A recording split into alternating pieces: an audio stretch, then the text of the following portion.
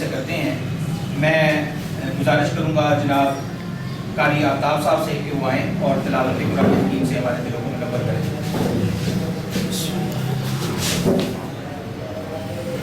أعوذ بالله من الشيطان الرجيم.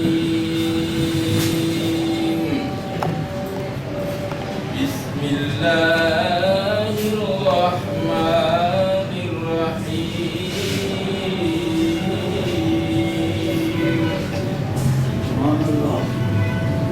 لا يستوي أصحاب النار وأصحاب الجنة. أصحاب الجنة هم الفائزون.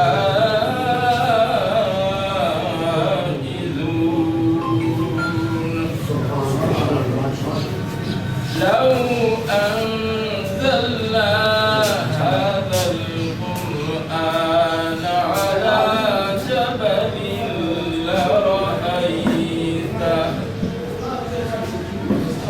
لرأيته خاشعا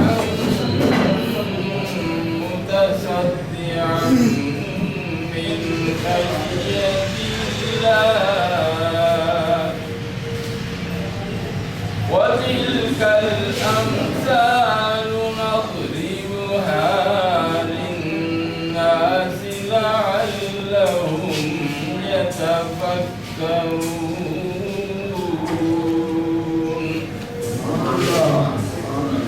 والله الذي لا إله إلا هو عالم الغيب والشهادة هو الرحمن الرحيم.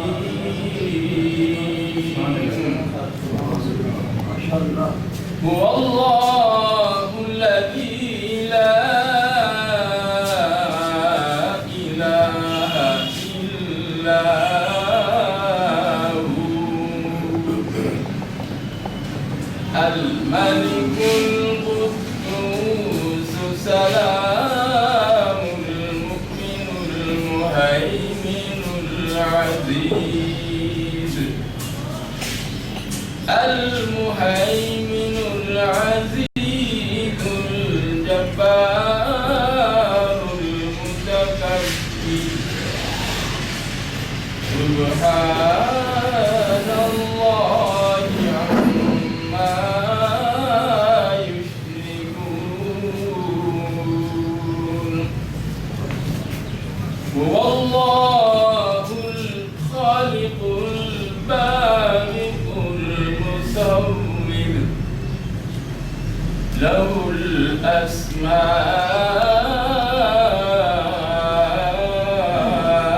الحسنى.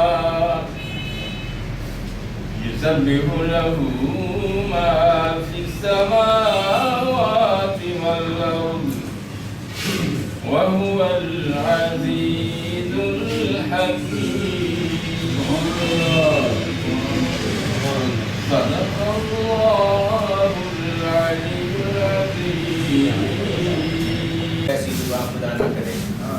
میں نعت کریم کے لیے دعوت دیتا ہوں جناب ہمارے ملک کے معروف نعت خواں جناب کاشف مغل صاحب سے وہ تشریف لائیں اور نعت رسول مقبول صلی اللہ علیہ وسلم ہمارے سامنے.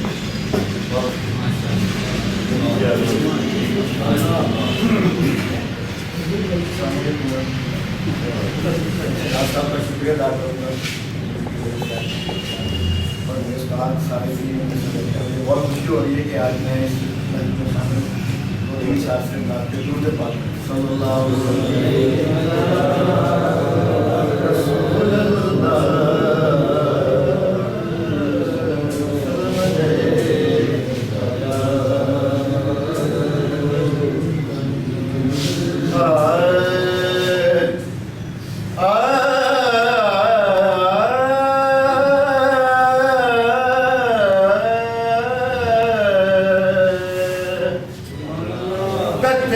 مانگے جو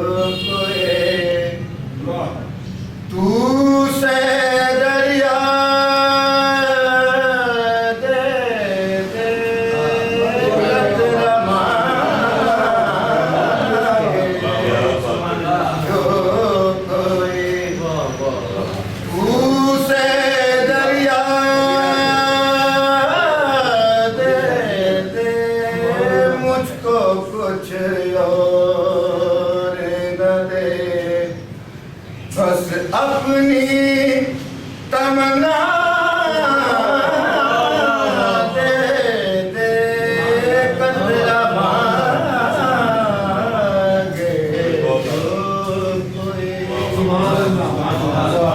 میں اس عزاز کے لائق تو نہیں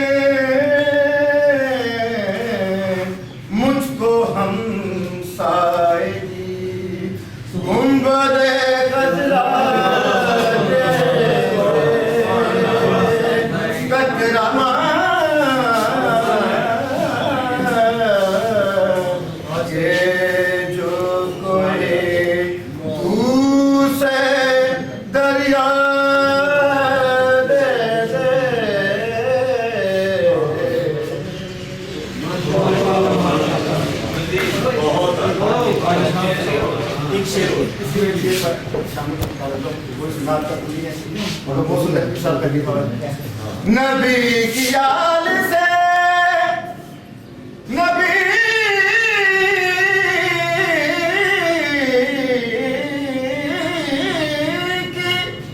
نبی کی آل سے الفت نہیں تو میں جاؤ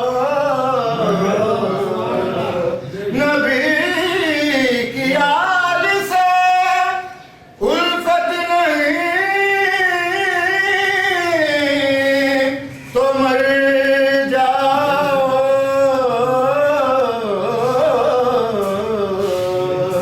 تمہارا مرنا ہی بہتر ہے سے جینے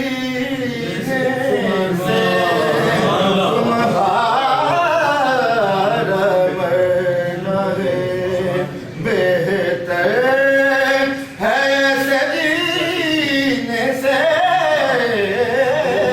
تمہارا مرنا ہی بہتر ہے سے جینے سے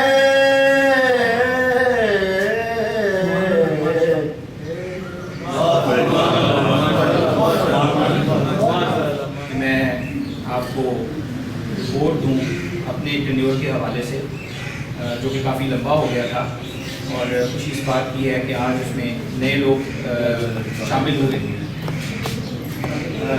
آپ نے ابھی دیکھا ہوگا کہ ہم نے تلاوت سے شروع کیا، پھر نعت ہوئی۔ ہمارے کچھ دوستوں کی طرح تھوڑا سا عجیب بھی ہوگا کہ ادبی محفلوں میں یوزلی اس طرح نہیں ہوتا، تو یہ بھی ایک ادبی روایت ہے جس کی بنیاد ان دو لوگوں نے رکھی جو خود ترقی پسند ہیں، سراب اسلم صاحب اور اعزاز احمد اظہر صاحب، دونوں ہی ترقی پسند رائٹرز تھے، لیکن انہوں نے اس مجلس کی روایت کے اندر اتنی گنجائش رکھی کہ کوئی بھی نظریہ رکھنے والا بندہ جو ہے اس کی تشفی یہاں پر یہ کہ ہمارا اقدار بھی ہے، تو ہمارا اقدار بھی ہے، ہماری روایت بھی ہے۔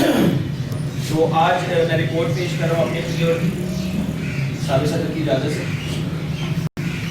نومبر 1964 میں شاہدرہ کا حد نظر پھیلا ہوا سرسبز باغ تھا جس میں طرح طرح کے پھول، پھل اور پات آنکھوں اور دل کو سرشار کرتے تھے۔ دریائے راوی کی ہوا ٹھنڈی ہوا کرتی تھی اور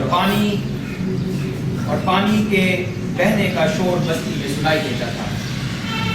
سدا ہرا سے شاہدرہ بنا یہ قصبہ محنت کش لوگوں کا علاقہ تھا جہاں اکا دکا پڑے لکھے لوگ تھے۔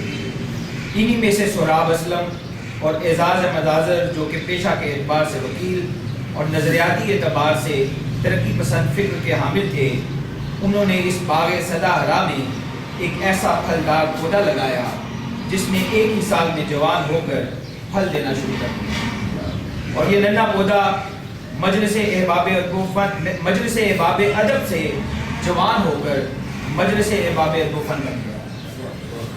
اس پر بنے گھونسلے اور اس کی ٹہنیوں پر دور بار کے پرندے خوشی سے بیٹھتے۔ احمد ندیم قاسمی، احمد فراز، انور مسعود، کمل گرش، روب شیخ، سلطان محمود عاشقہ، سید قاسم محمود، عارف عبد المتین، استاد دامن، علاء الدین، حبیب جالر، سلیم کاشر، روحی پنجاہی، قتیل شفائی، صوفی تبسم، تنویر نقوی، کشور ناہید، اشفاق احمد، جیلانی کامران، کیسے کیسے رنگ کے پرندے اس کی ادب شاخ پر چہچہاتے رہے۔ 20ویں صدی کی 80 اور 90 کی وسط دہائی تک یہ ادب کا درخت بن چکا تھا، مگر پھر ابو کشمیری، شہزادہ لطیف طاہر اور سہراب اسلم جیسی مضبوط جڑیں ٹوٹی اور درخت سوکھنا شروع ہوا۔ 90 کی دہائی میں اس درخت کی شاخوں پر اٹکیلیاں کرتے چھوٹے پرندے غلام عباس فراست، ملک احمد حیات اور اس کی شاخوں لطیف ساحل اور ایم سلیم ملک، اشرف احسن مرحوم، ظہیر بن بابر جب ملتے تو اس درخت کے وصل کے نغمے گاتے۔ مجھے ایسا پرندہ بھی انہیں ادب بہاروں کی طرف لوٹنا چاہتا تھا، جے میں ویلے دا پہیا موڑا تے گڈیاں دے گڈ بن جان۔ وقت اس کی آبیاری کا تھا، اس کو دوبارہ سرسبز اور پھلدار کرنے کا اور اڑے پرندوں کو واپس لانے کا۔ 6 فروری 2010 کو حبیب مغل صاحب کے school the Islamic foundation school میں 10 سال کے تعطل کے بعد پہلا باقاعدہ اجلاس ہوا۔ یہ غیر رسمی مشاعرہ تھا۔ پرویز پارا، شبیر حسن، ملک خضر، شباز شاہین اور اشرف احسن مرحوم، غلام عباس فراست صاحب تشریف لائے اور پھر یہ سلسلہ چڑھ پڑا اور آج تک جاری ہے۔ آج دسمبر 2020 میں 3 نسلوں کے پرندے اس درخت کی شاخوں پہ اکٹھے بیٹھے۔ 2010 میں دوبارہ شروع ہونے والا یہ سلسلہ تنقیدی اجلاسوں اور خصوصی اجلاسوں پر مشتمل تھا، جس میں سے میں صرف خصوصی اجلاسوں کا ذکر کرنا چاہوں گا۔ 2010 میں کیسر شاہی صاحب کی زیر صدارت مجلس مسالمہ ہوئی۔ 2011 میں عمران نقوی مرحوم کی صدارت میں نعتیہ مشاعرہ، پروفیسر لطیف صاحب کی صدارت میں اسی سال 2011 میں سالانہ مشاعرہ ہوا، جبکہ استاد غلام حیدر خان کی صدارت میں راج ایمن پر خصوصی پروگرام ہوا۔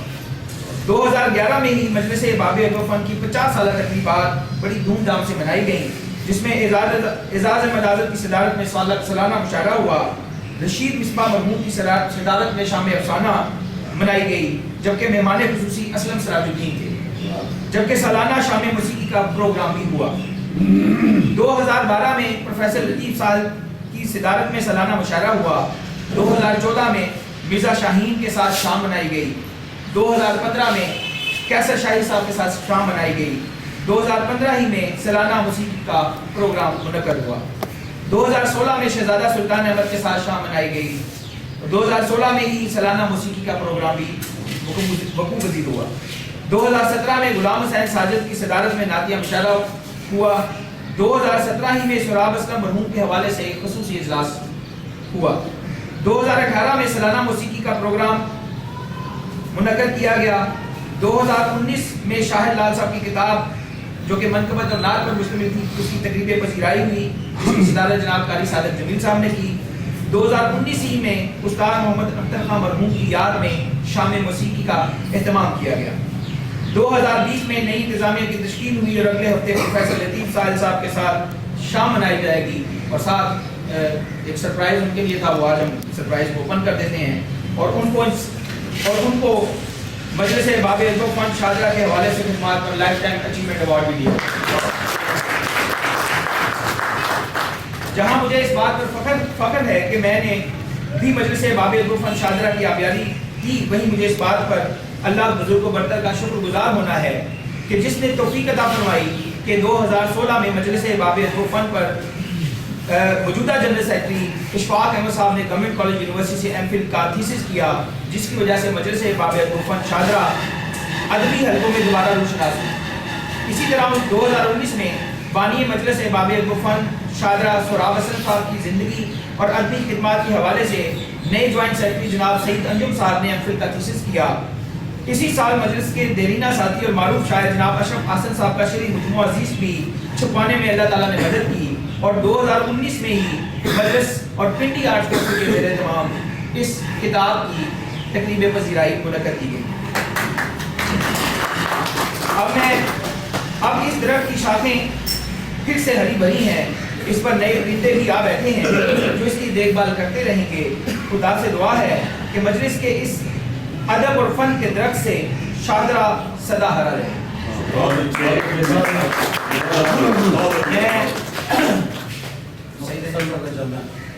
میں ہمارے صرف 2 مضامین ہیں چھوٹے سے مختصر سے، اور ایک کلیدی خطبہ ہے، تو میں دوسرے مختصر مضمون کے لیے ہمارے نئے جوائنٹ سیکرٹری سعید انجم صاحب سے گزارش کروں گا کہ تشریف لائیں اور سہراب اسلم وصیت بانی مجلس باب توفن کے حوالے سے ایک چھوٹا سا مضمون آپ کے سامنے پیش کریں گے۔ جناب سعید انجم صاحب۔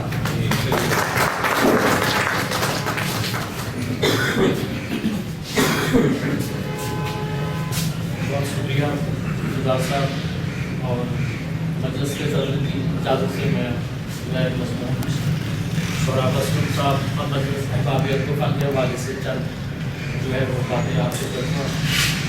سہراب اسلم صاحب کا نام دین و ادب، قانون اور سیاست کے حوالے سے جانا پہچانا ہے، اور شخصیت ان کی جو ہے بڑی جاذب نظر، اور لوگ ان کی طرف متوجہ ہوتے تھے، اور یہ بڑے دھیمے مزاج کے آدمی، اور حلقہ وکالت میں بھی ان کی جو ہے وہ گنے چنے وکلاء میں ان کا شمار کیا جاتا تھا، اور یہ بنیادی طور پر ادبی لحاظ سے ترقی پسند میں ان کا شمار کیا جاتا ہے، نظریہ ترقی پسند تھے، اور ان کا یہ کہنا ہے کہ وہ قلم جس پہ انہوں نے قلم کو تشبیہ دی نیزے کی انی سے، جس کو جو زہر میں بجھائی جاتی ہے، اور ادیب کا قلم جو ہے وہ ایسے ہونا چاہیے جیسے وہ نیزے کی انی ہے، اس سے نکلنے والی ہر بات کسی کے دل میں وہ جو ہے وہ گھر کر جائے اور اتر جائے، اس طریقے سے ہو، اور وہ علم جو مزاحمت کرنے کی جو ہے وہ ترغیب نہ دے، مزاحمت کرنے پر نہ اکسائے، وہ بیکار ہے،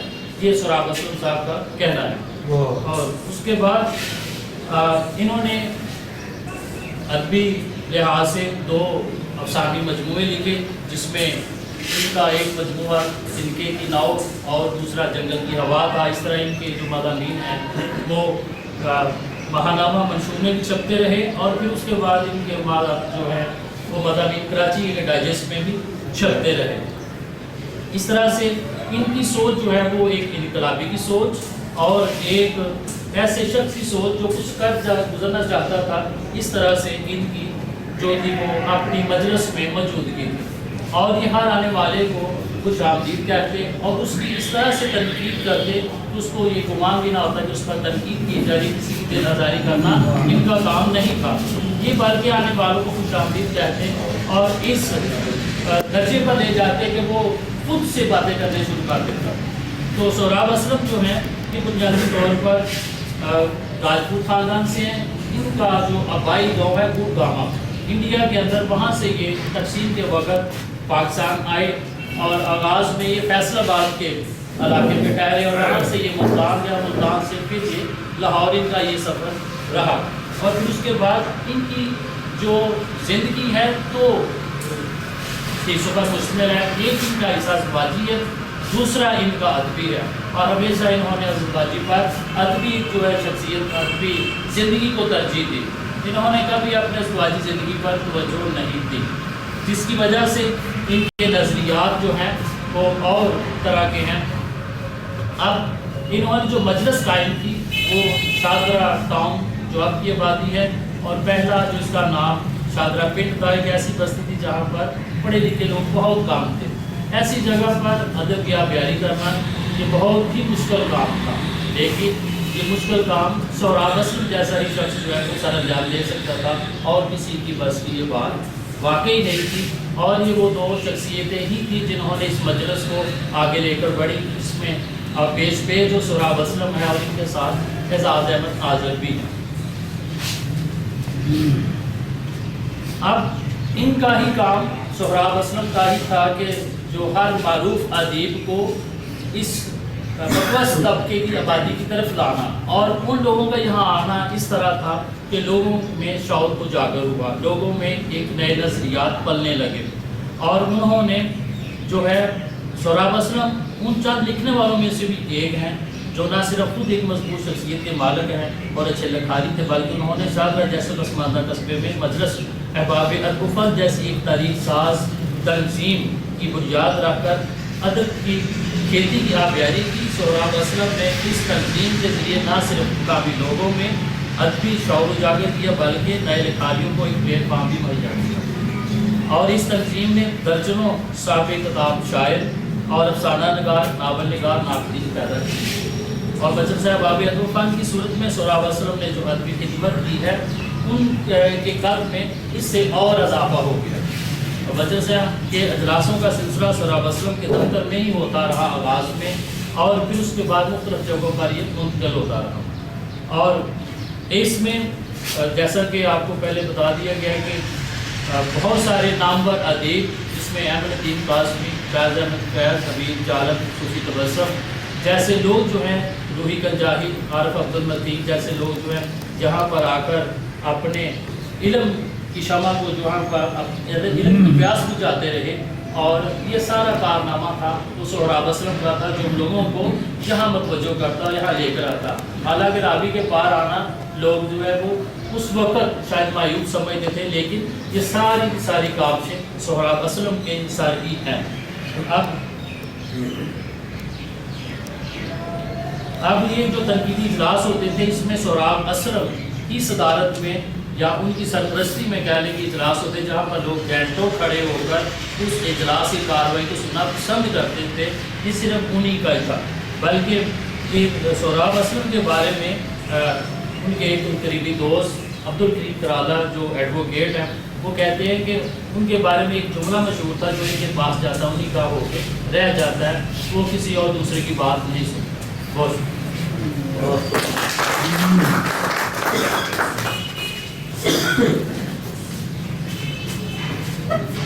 میں اب کلیدی خطبہ کے لیے ہمارے صدر مجلس عاملہ، ہمارے سینئر افسانہ نگار، سینئر ممبر مجلس احباب الطفل شاہدرہ جناب ایم صدیق ملک صاحب سے گزارش کروں گا کہ وہ تشریف لائیں اور اپنا کلیدی خطبہ آپ کے سامنے پیش کریں۔ جناب ایم صدیق ملک۔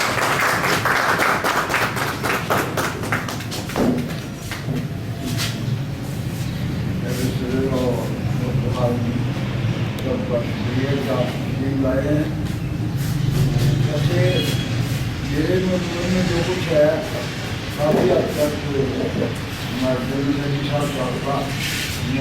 صاحب نے آپ کے لوگوں کو یاد کر دیا ہے، اور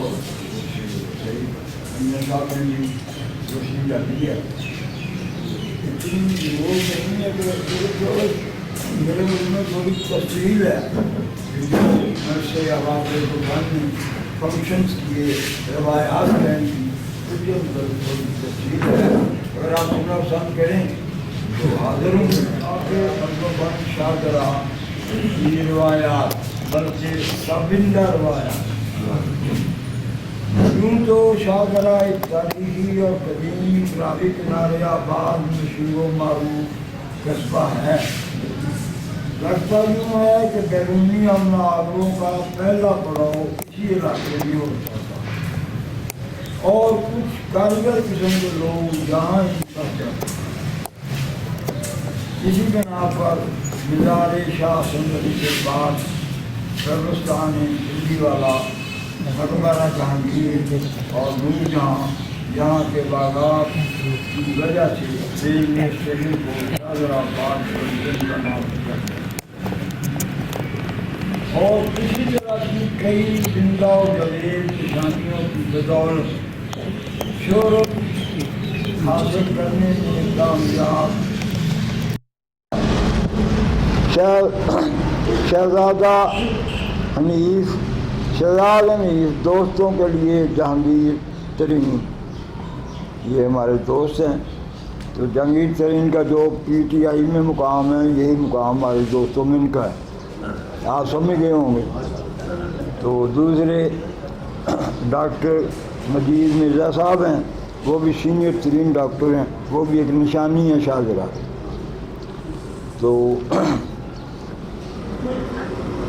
یہ 1964 کی بات ہے کہ شاہدرہ میں دور جدید، یعنی خاص طور پر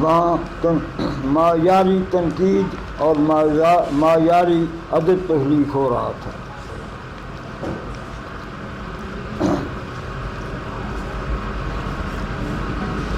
یہ لوگ دور سے آتے تھے تو رات کو بعض دفعہ لیٹ ہونے کی صورت میں سراب وسلم کی میزبانی میں رات بھی یہیں گزارتے تھے۔ ایک چیز شروع سے مجرم نے بطور اصول اپنا رکھی تھی کہ صوفیوں والی محبت سب سے نفرت، جس کا نتیجہ یہ ہوا کہ مجلس احباب ادب فن کی شہرت شاہ جلا کی تاریخی حیثیت کا حوالہ بن گئی۔ بڑے بڑے نامور اور اتباع و شعراء کے اس مجلس کے اجلاسوں میں شرکت کرنا باعث اعزاز سمجھتے۔ اسی وجہ سے احمد فرات، احمد الدین قاسمی، طاء قاسمی، ظہیر کاشمیری جیسے موضوع لوگوں کے ساتھ شام منانے کا رواج بھی مجلس نے شروع کیا، اور کامیاب فنکشن کا سلسلہ لمبا ہوتا گیا۔ اس کی شہرت گوجرانوالا، ملتان، راولپنڈی، اسلام آباد، فیصل آباد، قصور، حتیٰ کہ کراچی تک کے شہروں تک پہنچ گئی۔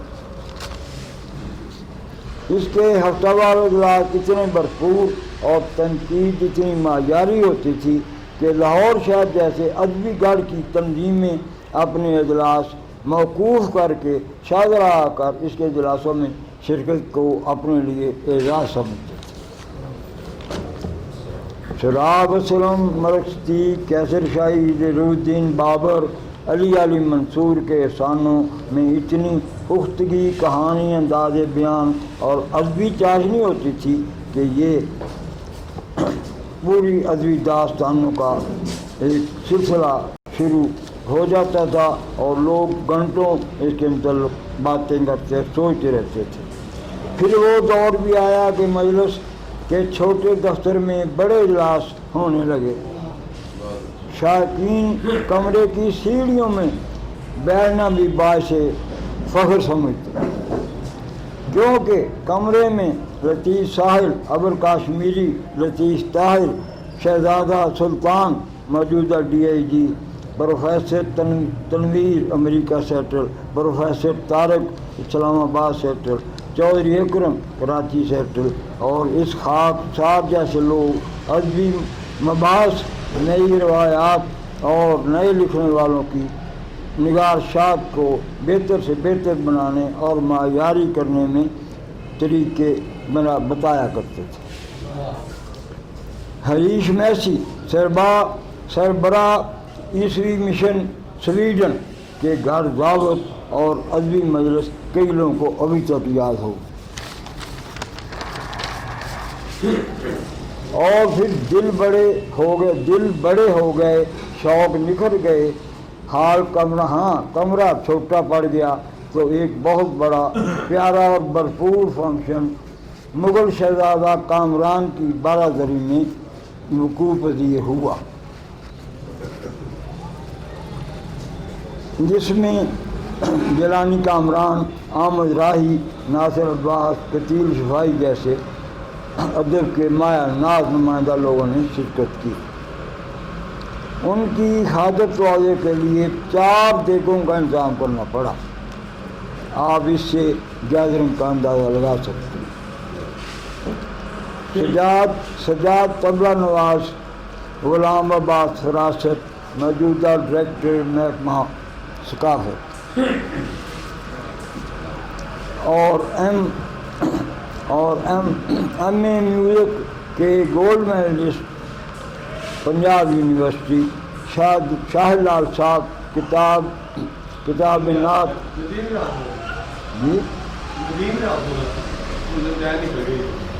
ندیم ریاض مرزا ذکر جتنے آئے گا نا اتنے ہی آئے گا، اتنے نہیں آئے گا۔ سارا گولڈ میڈلسٹ الگ گل ہے، جتنے وہ آئے گا وہ نال گولڈ میڈلسٹ ہی آئے گا، وہ اپنی جگہ پہ آئے گا نا۔ ہاں جی،